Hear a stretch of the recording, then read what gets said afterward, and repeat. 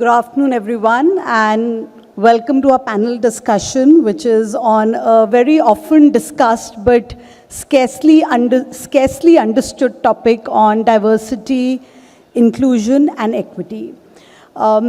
These are now buzzwords these days, and I thought that we should start by demystifying what these words mean, because these are becoming critical agenda items for every organization. But usually one sees a tick-in-the-box approach to most of them without sometimes truly understanding the meaning of some of these terms.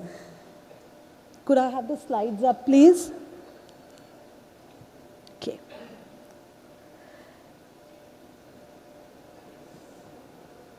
Okay, so I'm just going to start by anchoring everyone on what do these terms actually mean and how are they different from each other, because many a time these are used interchangeably.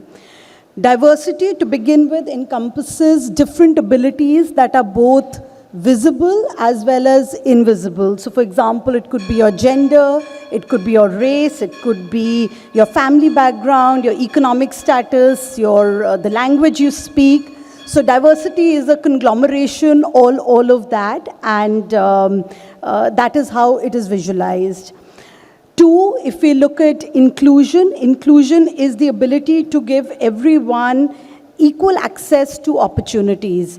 It is where employees at work feel that they are valued, they are treated authentically, and they feel psychologically safe, which means that they're able to come up and express themselves without ever feeling the fear of retribution. And then you have the concept of equity, which is sometimes confused with equality, by the way. So equity really is about organizations working for fair outcomes for people after factoring in their advantages as well as the barriers that they face, versus the concept of equality, where it is organizations offering equal opportunities or access or outcomes to people without factoring in the differences. So it's a very subtle difference, but there is a difference. So that's really diversity, equity, and inclusion for you. These concepts have also evolved over the last many years. So think about it. The concept of diversity actually started back in the 1970s. That was the first time organizations started talking about diversity and started efforts in diverse hiring, largely still categorized as gender diversity. Then in the 2000s, inclusion came into focus and organizations started talking more about inclusion. But the last 7 years truly have been very, very impactful and seminal in the entire concept of diversity, inclusion, and equity. So think about what has happened in the last 7 years or so. If you think about 2016 onwards, there has been greater legislative activism around this entire concept. So in 2016, the Rights of Persons with Disabilities Act came up in India, wherein the government tried to provide, it defined disability as an evolving concept, and it instructed organizations and the government to ensure that PWDs enjoy right to equality, life with dignity, and respect for his or her integrity equal with others. So that was an important watershed moment from a legislative perspective. In 2017, we are all aware there was a change to the Maternity Benefit Act where the amount of maternity leave was extended and creches were mandated in organizations with employees or women employees over 50 people.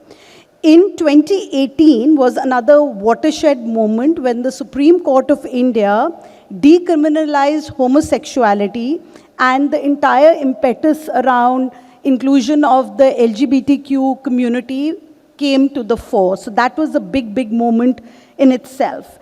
And then 2020 was a big year for diversity, more from an international perspective, because of the George Floyd murder and the entire Black Lives Matter movement which happened, which brought racial diversity. It might be a common concept in India, but outside India, it really brought racial diversity to the front and center of the entire diversity conversation. So it was a very, very important movement. And then from there, we suddenly transitioned into the COVID phase, where there were questions around how disadvantaged groups were impacted by the pandemic, were they impacted more than the others?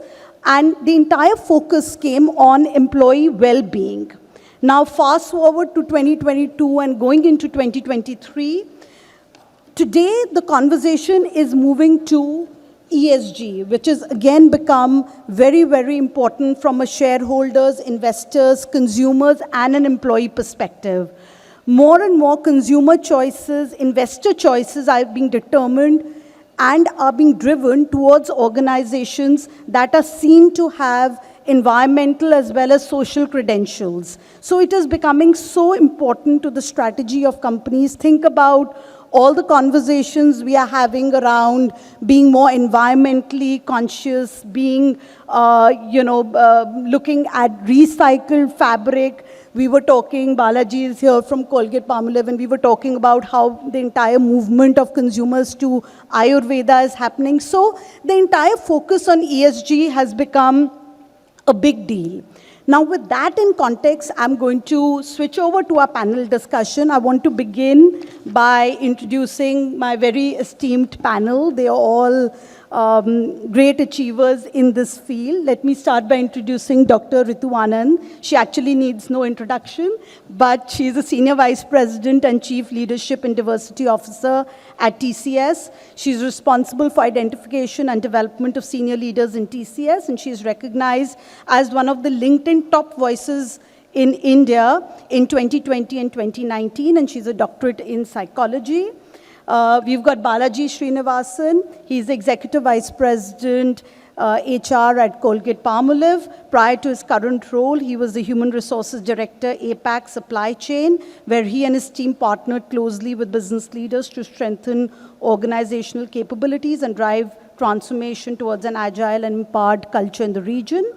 And we've got Rashmi Mandloy. Rashmi is the co-founder and board member of Beyond Diversity Foundation, a global diversity consultancy, and the co-founder of Lead Up Universe, which is a career playbook platform for working experts. As a global ED&I expert, she promotes inclusion by being an advocate of change in influencing policy and process decision across corporates, and she brings the multi-industry facet into this conversation.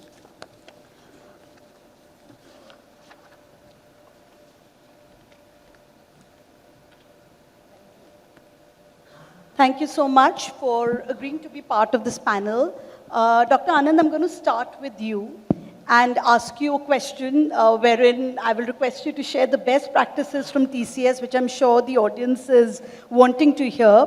And the landscape of ED&I in India is transforming. It's expanded to include LGBTQ plus community, people with disability, neurodiversity, inclusive sourcing, and more. How at TCS do you ensure that you bring people together into the workplace from all these disadvantaged groups? Thank you. Thank you for introducing. And TCS is a 54-year-old company. Currently, it has 619,000 people, of which 221,000 women are there. So gender diversity obviously takes a very center stage. And but I must confess in front of all of you that we maybe 55, 54 years old, but we started this journey only in 2007, 2008. Very late, but that also because of the ask from customers that how many women you have in sales, technology, science, what are they doing, what is the gender diversity ratio, this, there. So that was a wake-up call, and from then onwards, of course, we never looked back and systematically went on to create a buzz around underrepresented segments in TCS, within TCS. We were very in-focused. We were always looking down what we can do in TCS. So today, after 12 years or so, we are, I call the function diversity, culture, equity, belonging. Belonging has come into the place, DEIB. And the vision is sustainable growth. Vision is to create an ecosystem which will enable hiring and retention plus growth. The unique thing that we brought in 5 years ago when I took on this function in a more dedicated manner away from HR, because I realized after 10 years that sponsorship of the top leadership was the key enabler and trigger which would change the mindset or even the eagerness for business heads to do something on the ground. For me, there are two angles to diversity. One is irrigating the landscape, that making women ready, making people with disabilities ready, people who are working with older generations ready for the newer generation, and making newer generations ready for the older supervisors. Because today in TCS we have 88% Gen Y. How the hell 10% of seniors going to write policies and dictate terms of leadership on 88%? That itself will be a coup or a civil war, if I can use that word. So generational diversity is another one which we are, and what I am very particularly, because of my background, all of you know, are very fond of is the neurodiversity. We brought in the accessibility, community also within TCS along, and then LGBTQI plus. It had its own challenges. Nobody came out.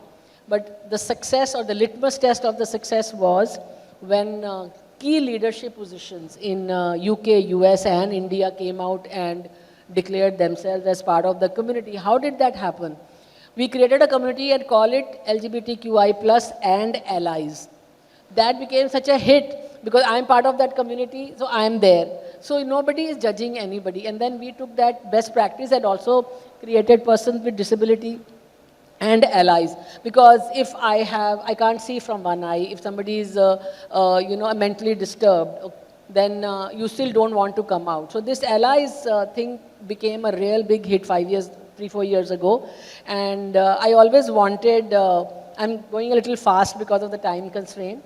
And ally caught my attention when I said that I'm sure in my company, of course it is, but in your company also, of all the managers, have you ever noticed, of all the managers, supervisor, bosses that you have in your company, what is the gender diversity among them? I don't want you to take a guess, but I looked at the number about 5-6 years ago and I realized that more than 90% were men. So that, I think, turned the table on, and allies took a different meaning altogether. I wanted men as allies, and that boomeranged and accelerated first it boomeranged and then it accelerated the journey. And last but not the least, customers as allies is a very big hit for us, where we invite customers to talk to us and along with us for their employees and our employees, and that journey has been fantastic. And when you are talking at a global landscape and a global scenario, it becomes all the more important for us to learn from each other.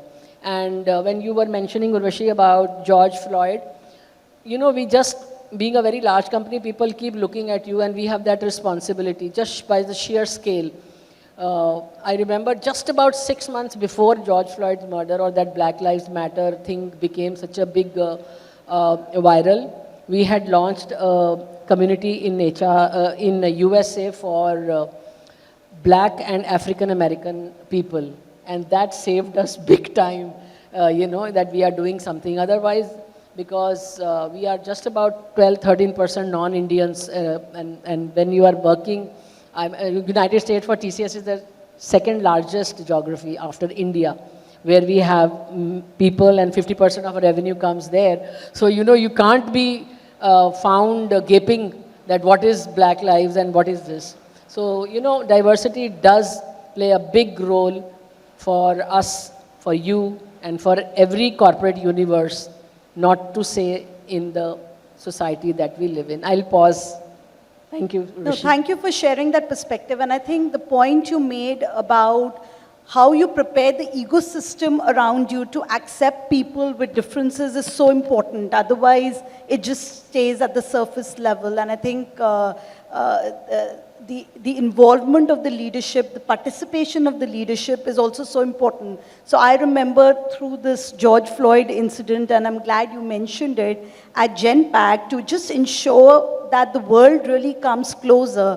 While this entire episode was so US-centric, but we had several of these listening posts that were organized across globally on this entire topic, on differentiation that the African Americans were feeling. And we just realized at the end of it, it was so appreciated, and the entire ecosystem was getting involved in the matter, and it wasn't just staying something that a particular section felt. So I think that's such a pertinent point, and thank you for sharing that. Moving on, Balaji, I'm going to ask you, and I know you asked me to show this particular slide, or if you could just help with that. But I know you do a great job in the entire area of equity and inclusion, as different from diversity at Colgate-Palmolive. So will you share with us what have been some of the key highlights of that entire program, and how do you drive that? So first of all, thank you, Urvashi, for having me. So I'll continue the thread that Dr. Ritu mentioned, right? She used two words, irrigation and culture of belonging. So when we started our journey on D&I in Colgate a few years back, let me just hasten to say that we've always had D&I as a DNA in the organization for many, many years. I mean, we have our core values, and we have our managing with respect principles, which essentially prohibit any kind of discrimination of any sort. But just like many of other companies like you, D&I has become a hot topic of late. So when we started this journey a few years back, we first started by asking ourselves, what is it that we want to get out of it, right?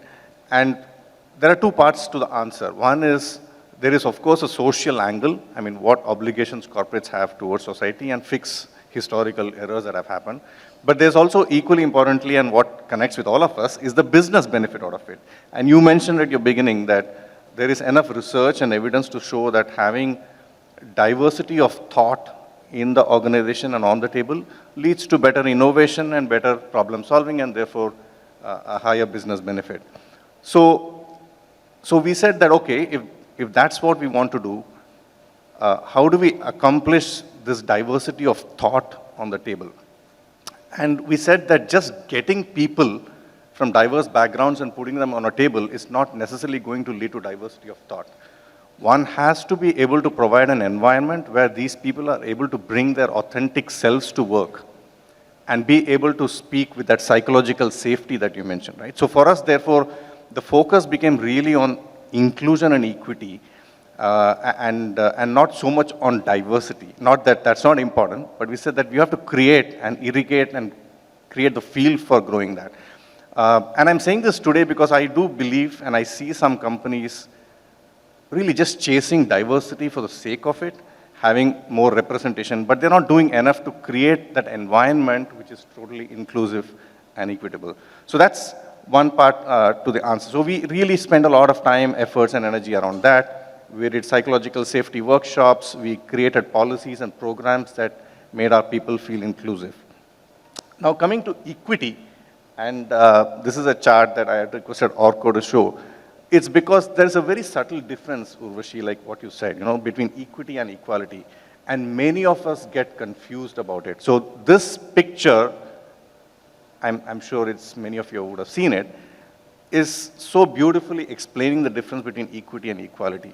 And why this is important is because people in the organization today tend to look down upon this whole effort on D&I because they get confused between the two. They feel that you're trying to favor one set of population over the other. Whereas if you're able to create enough awareness around all of these subtle aspects of diversity, equality, equity, and inclusion, then the chances are you'll be able to push through the agenda better and faster. So that's the other area that we focused on.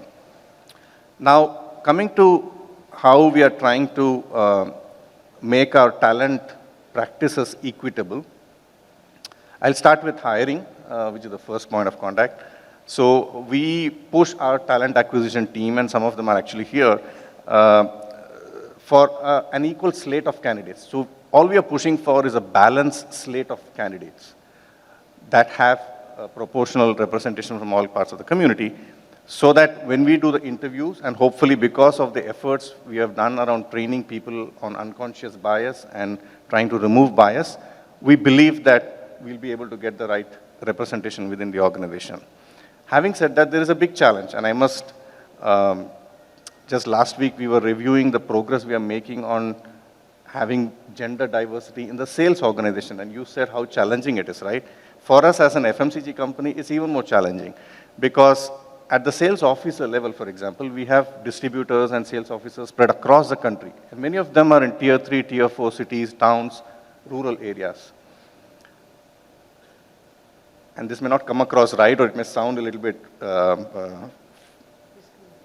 no, I mean, how do I put it? So it may not sound right, but you know, one of the biggest challenges we have is the lack of access to clean, safe and hygienic toilets in the country.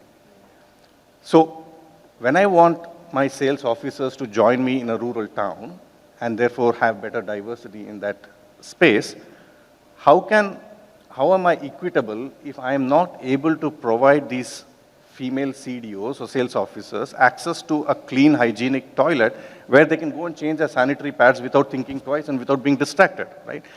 How equitable is it if my male sales officer doesn't have to worry about it, but my female sales officer has to worry about it? So this is one big challenge, one of the barriers, I would say, for attracting people and retaining people at that level.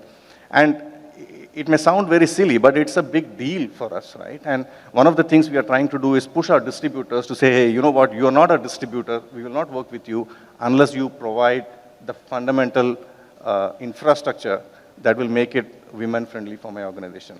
So things like that from a talent recruitment perspective. From a learning perspective, we obviously provide a lot of mentoring, coaching programs. We do have ally networks, just like what you have, Dr. Ritu, and I think that's helping us a lot. The subscription rates and participation rates in these ally networks is increasing as we go along. They're doing some good work around that. Equity from a comp and ben total rewards perspective, we do gender pay parity studies from time to time, and thankfully not too much of corrections to be done, but there are a few which we take meaningful and quick action on. And then the last piece is on performance management and promotions. There are lots of checks and balances in the system to ensure that unconscious biases don't creep in, and that we are truly rewarding people for what they bring in to the table in terms of their performance. So essentially what I'm trying to say is that D&I, equity and inclusion, are inbuilt into all the aspects of our talent management process. And I'm happy to say we are seeing progress. We are seeing that paying out in terms of, like I said, because we focus on the I and E, we believe that we are able to also progress the D. 50% of our board of directors today is female, 30% of our senior management is female, and that number is actually growing. We were 25% some time back. And all this not because we are trying to favor one group of population over the other, it's because we make our environment inclusive and equitable, and we are trying to remove unconscious biases in the process so that we are able to advance people. Indeed, and that's so true, because I can't think of a board meeting or an investor meeting where organizations are not quoting their DEI numbers and talking about what they're doing in that regard. In fact, a McKinsey study that was done in 2015, it made it clear that companies that were in the top quartile in adopting diversity and inclusion were more likely to have financial results above their national industry medians. So there's a clear correlation with financial performance as well that one sees. And I think this entire point you made about, getting women employees in some of the non-traditional roles and the fact that you needed clean toilets for them actually made me think about an experience I had had. And I'd been to one of these government schools in Delhi as part of our CSR imperative that I'd done with my team. And it was amazing, but in this school, we were sponsoring some new toilets that were coming up. And we saw an enrollment of girl students go up by almost 20% when these toilets were provided versus them not being provided. So it's really starts from the grassroots level. And with that, I'm going, Rashmi, to you with the question, because you have experience across corporates as well as, in the NGO sector. So in your experience, seeing DEI across various sectors, what do you think makes it really tick or not tick across companies? So what are companies that are successful at this do better than those that are not? No, absolutely. Both what Ritu and Balaji talked about, I think these are one of the best practices that most of the forward-looking organizations are currently doing. In fact, you talked about toilets. In fact, there's one organization, an FMCG organization again, that I was consulting way back, about 8 years back, and they had this entire focus around women, and there was a lot of front, sales staff which were at writing there, 50% resignation. And when they went back and they said, and this was in northern part of the country, and then they realized that the reason why these girls, they were doing very, very well, but the reason that they were at writing because they did not have toilets that they could go, because they could not go to a distributor and ask, saying that, can I use your loo? So in fact, at that point of time, the management at that organization, they actually took out a full budget where they said they will make mobile toilets. They went to the entire infrastructure team and they said that why don't you just go and sort of work with all the hotels in these areas that these shops are there, so that these ladies can relieve themselves. I think that actually helped in the attrition numbers going up. So I think in terms of inclusion that we talked, and he talked very beautifully about equity here. So diversity is being invited to a party, inclusion is being asked to dance, but equity is actually making sure that everybody comes to the dance floor. You can have a dance floor, but I'm not ready to dance, or I'm not, equipped enough to dance, you cannot dance. So how do you make those people to come and actually dance on the dance floor? I think that is very, very important. So yeah, I think both, when she talked about, when Dr. Ritu talked about women being there, when she talked about the George Floyd case, I think it is very, very important that we move around and look at diversity and inclusion in totality, not with regular thing about let's look at gender, let's look at age, and let's look at LGBT, and let's look at disability. I think diversity is integral to all of us. As Indians, we are born diverse. We're born with different, different languages, different communities that we come from. If we can end up, sort of building this entire culture of inclusion in ourselves, I think then we're all set. And most of the organizations from 2015 onwards, in fact, when I started doing my diversity and inclusion journey, way back in 2011, 2012, when we started, we were an all-women team in Beyond Diversity. And at that point of time, I remember people did not understand what diversity and inclusion meant, what D&I meant. And then it actually ended up being D&I equals gender, which was not actually the case. By 2015, 2016 onwards, people did start talking about inclusion, and I do feel that there are a lot of these, affirmative actions from the government, especially around women on boards or around this entire stuff around LGBT, which came up, even Disability Act, around a Transgender Act, which came up. I think it made people aware that there are various diverse kind of people around us, and we need to be sensitive around them. And most of the organizations which have done well, and which are pretty doing well also right now in terms of their economic criteria, I think the leaders at the top actually set the tone. And I would ask both of you, do you think, isn't it the case that, whether if you don't have a great CEO or the top team not believing in D&I, things will never work? What do you think, Dr. Ritu? Nobody will say it. No, but what would you say? See, the action speaks louder than what you say. So I don't even listen to what people have to say. But I think since we are talking about companies, our CEO took a very big step by having this function report to him. And the whole idea was that we are serious, this is a business imperative, and you better buckle up, otherwise customers will disown you. And that message is louder than any landscaping that I was doing for the first 10 years of this initiative. True. Continuing on that thread, Dr. Anand, could you talk to us about what are some of the steps that TCS has taken post the pandemic on employee mental well-being? We all talk about physical well-being and, most organizations invest in it, but mental well-being has come into the fore and you are one of the front runners in providing some of that support. So what do you do in that regard? First and foremost, we created a community and created awareness and realization under our ecosystem pillar that these people are there among us, they are in the society, so they will be in TCS and we need to be prepared about that. So the awareness was a big piece. Second is we ran webinars on resilience workshops.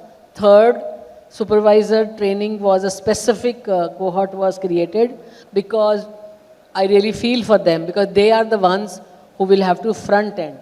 We sitting in corporate office and saying something is not going to really be that much difficult, but the supervisors had to be trained on what signs to look for, what behavior that has to be passed on to the experts. I'm not going to say that during pandemic, but we've always had counselors, in-house counselors, so that helped a lot. And we also institutionalized OHCs, that our occupational health centers in-house in the company. So that these things which were going on in the past also in TCS came to our help in this last 2 years to a great extent. Then this well-being and wellness became a very big mission and sub-process under CHRO. We are also ensuring that the ethos of body, mind and soul, those workshops, generating individual excellence, we called it personal excellence workshops with large thousands and thousands of people, letting them be. In a hall like this, I will have about 1,000 TCSers and running workshops from experts, just letting them be loose. So my ethos was that how your body moves into your psyche, mind, and how it stays in your heart through your soul. And all of you know much better than me that there is so much of expertise outside in your each company, the society, where experts can do this, and we leverage them now very, very, to a great extent. It's amazing actually to see how those boundaries between what is happening in society and what organizations are supporting is disappearing now. So for example, you've got the government out there now talking about adoption of yoga and focus on mental health, well-being, and the same is something that organizations are doing. And I don't think we would have heard any of us speak about this a couple of years ago. So it's a welcome change actually. But we also know in organizations that data sometimes is everything and what gets measured gets done. So Balaji, how do you leverage data to actually drive some of these initiatives? So if I may just first add on one thing to what Dr. Ritu said on mental health and well-being. One of the interesting things we did was to subscribe to an app called, mental health app called Visa, which, I must confess, I was very skeptical, how is it going to really help a person when you have a robot? It's a chatbot kind of an app, and but it has actually helped. There's a lot of subscription and people are enrolling for it, and we got some very good feedback. So it's very interesting, but mental health has definitely become an issue, and I think all of us need to do more on that space. Coming to data, one more point around mental health. I mean, of course, we have this entire programs which are coming up in organizations, but I think the biggest thing that needs to be done is also around breaking those mindsets and stereotypes around mental wellness. I remember when I was in my corporate career, which I quit about 10 years back, we used to have this employee assistance programs that time as well. And at that point of time, I remember in my organization that I was working, it was 0.01% of usage. And we were actually paying a yearly fee to one Hong Kong-based organization at that point of time. I don't know how much has it moved from, the pandemic definitely has, sort of helped out. But I think continuous conversation around the usage of these kind of things, around the taboo around, taking it out, I think is extremely important. Then only these programs will actually be successful. Else it will not be. When you see a bipolar and a schizophrenic person running your research division, you really know you have arrived. Because bipolarism in the society is rampant. Each one of us have an element of that. Some of us are able to mask it, some of us are able to conquer it, some of us are able to ignore it because of the ecosystem that we are in. But bipolar disease is everywhere, in every family.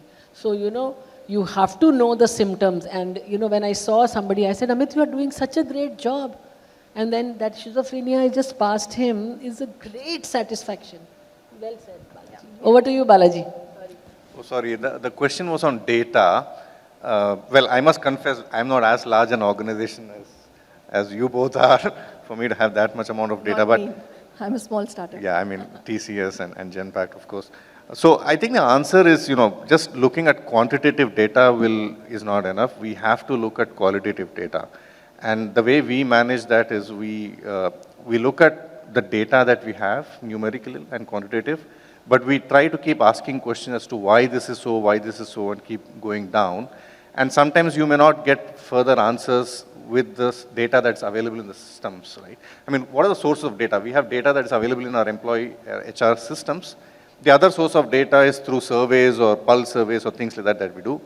But I think for our space that we are talking about here, quality data you will get only when you do focus group conversations. And when you actually sit and talk to employees and understand what is it that's driving that behavior or their feeling or perception. I'll give you an example. So we saw that we do this analysis from time to time, and we found that the compare ratios of women, compare ratios are basically your salary positioning versus the midpoint in the market or midpoint of your salary structure. We saw that the compare ratios kept dropping over time. And our first instinctive reaction was, oh my God, something is happening which is wrong. Then we dug a little bit deeper, and we found that, no, the compare ratio is actually dropping because these women are getting promoted faster than their male counterparts. Oh, so that's a good news then.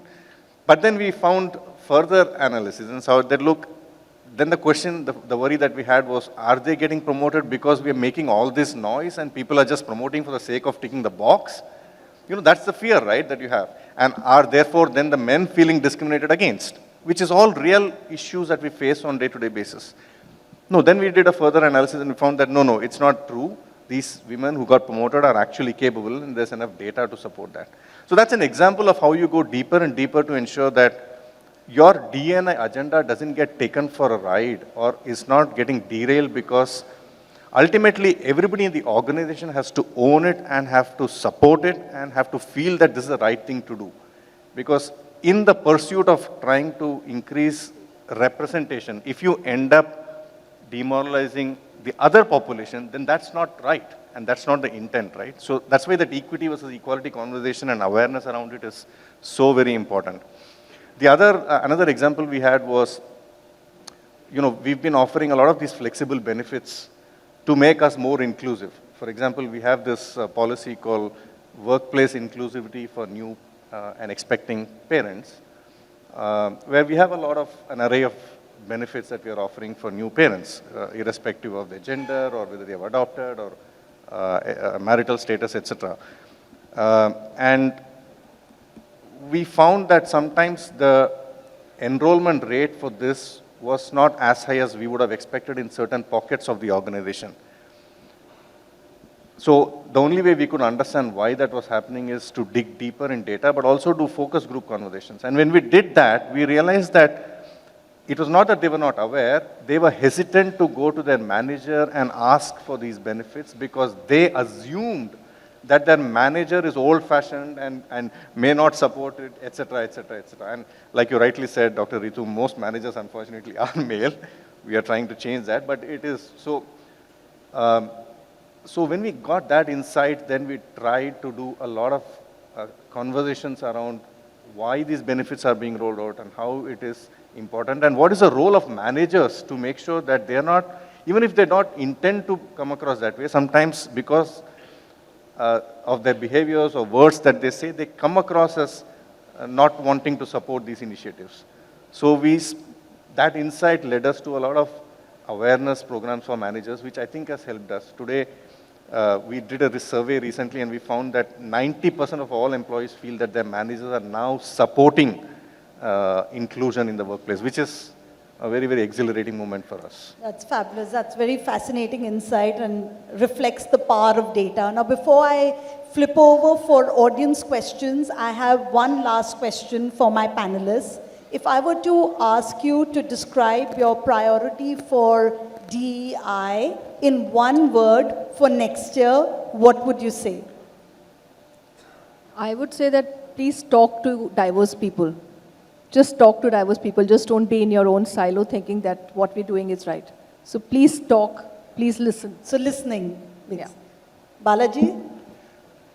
So the answer to this actually lies with my D&I council. We have a group of people, passionate people who have signed up, and they are actually leading and driving the agenda for us. But from whatever I heard in their last conversation, I think we've made good progress in terms of whatever we can do from a gender perspective, but there's a lot more we need to do to recognize and integrate the other forms of diversity, whether it is LGBTQA or people with disabilities. And I think next year that will be a big agenda item So for us. PWDs. is PWD. really all- And I'm going to choose my words very carefully. So one is diversity in leadership. that's a challenge I think all of us are And, grappling with. No, it's my mission and it should be our mission because the proof of the pudding is in eating. So if the numbers are not there, then second thing I would say, change your language. We have to look at our language. I will tell you a experience I had. Pandemic did something to us. We were all on calls. Usually, you know, when you are in a group of people, you see somebody who is having a white hair, is a white skinned person or a black skin, you know, dark skin, and you will be a little careful that who you are talking. So your cultural nuance will come into your conversation. But in the calls, it was not so. So I was having a conversation with lot of all senior women globally. And all of you now have said to me, Rashmi was telling me I'm very, very, very, very, very senior. Okay. So I didn't say that. I kind didn't of say that. assumed when I was talking in my, you know, people who know me know that I choose my words very casually also sometimes. So I said, so in somewhere during the end I said, so my dear girls, and suddenly on the right side I'm seeing the chat is becoming red. I said, what happened? So, you know, you are on the video and you are talking to thousands of women or TCSers, all TCSers, and Americans and all, and some conversation is going on. So I don't know how to compose myself, but I tried to compose and see, talk and see, and I realized that I made a wrong nuance. The senior women in Western culture do not like to be called girls, because that means I am patronizing them. So, you know, some of them, my girls from Indian origin, they came to my rescue and quickly turned around and said that it's in our culture, tuck, tuck, tuck, tuck, tuck. Then that day and today, narrative, what I speak in whether it is Indian or Western, doesn't matter, is very important learning. That is going to be, is my priority for my TCS leaders. Absolutely. And I think for all of us that work in global organizations, having that cultural sensitivity is almost becoming imperative to be able to continue working. But I don't leave them alone. I said, what's wrong? I called you, gave you a compliment. You can't be so serious about it. Okay, thank you so much. With that, we have enough time for 2 or 3 questions from the audience. I know a bunch of you told us during lunch that you have lots of questions. So please ask your questions. Yes, lady, could someone hand over a mic, please? Ma'am, if you could keep it short and just tell us your name and if you could keep the question short. Yes, ma'am. So my name is Nidhi, I'm from Tata Steel. My question is, we do conduct focused recruitment drives and take all measures to increase diversity numbers. But at times it is very challenging to retain them.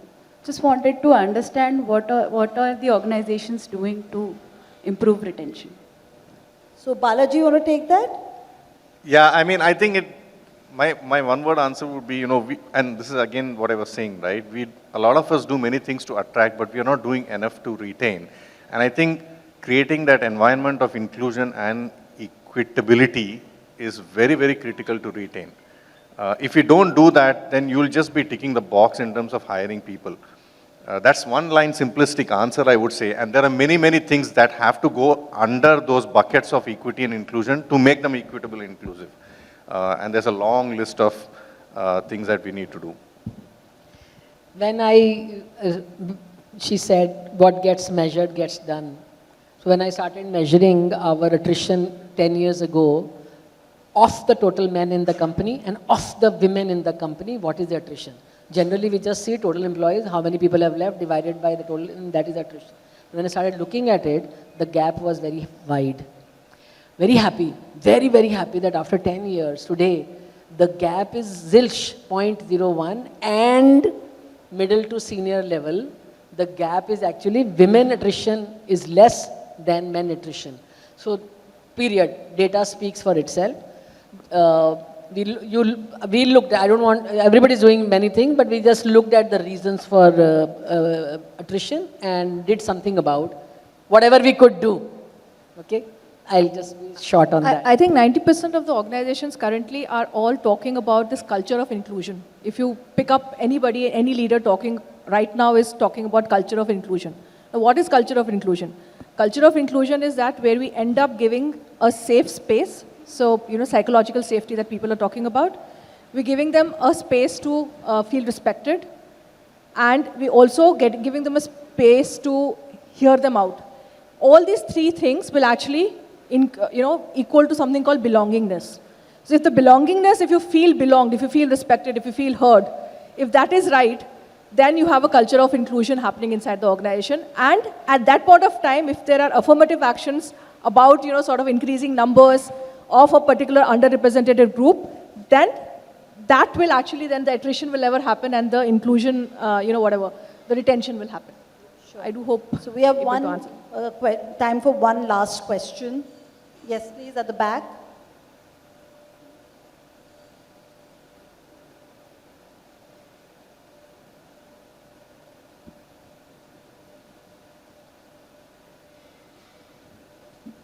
Hello. Yeah. Hi, my name is Ashutosh.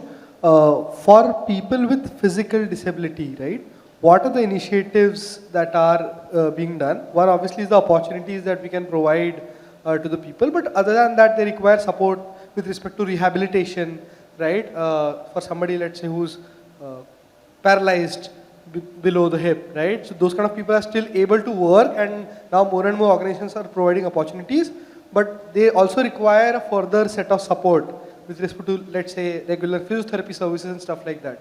What are the things that we can do there?